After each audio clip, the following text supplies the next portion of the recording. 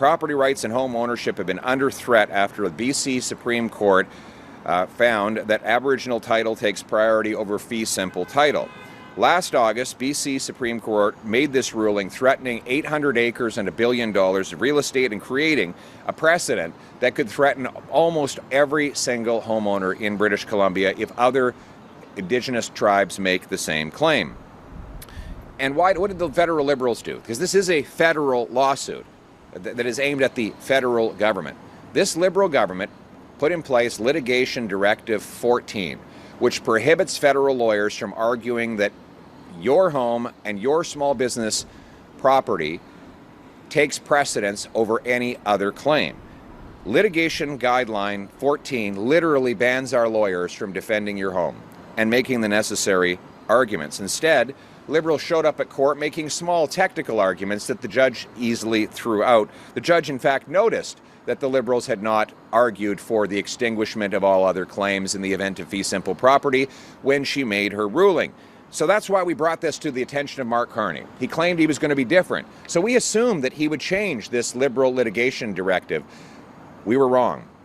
He voted in the House of Commons to keep that directive in place, and on the government's website today, he is still instructing his lawyers not to argue that your home title comes first over all other claims. There are real consequences even while this is an appeal. $100 million financing in Richmond was recently turned down by lenders because of the ruling. For the Prime Minister to claim that he disagrees with the Cowichan ruling while he bans his own lawyers from making the necessary arguments to overturn it is dishonest. But it gets worse. Carney Liberals are now signing agreements that further risk your home and your property. Now the Liberals are set to ratify a new treaty. The Comox First Nation and the BC government have signed this treaty, which says that UNDRIP is the authoritative source of all its interpretations.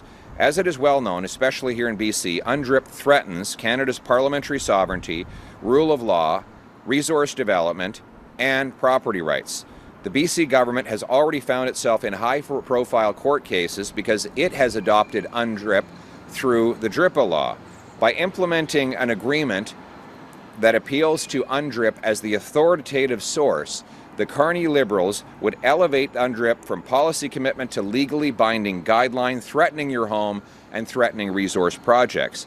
Further, the Comox Treaty also refers to itself as a living agreement, meaning that it will never be settled, that it could be renegotiated with more and more demands for decades to come.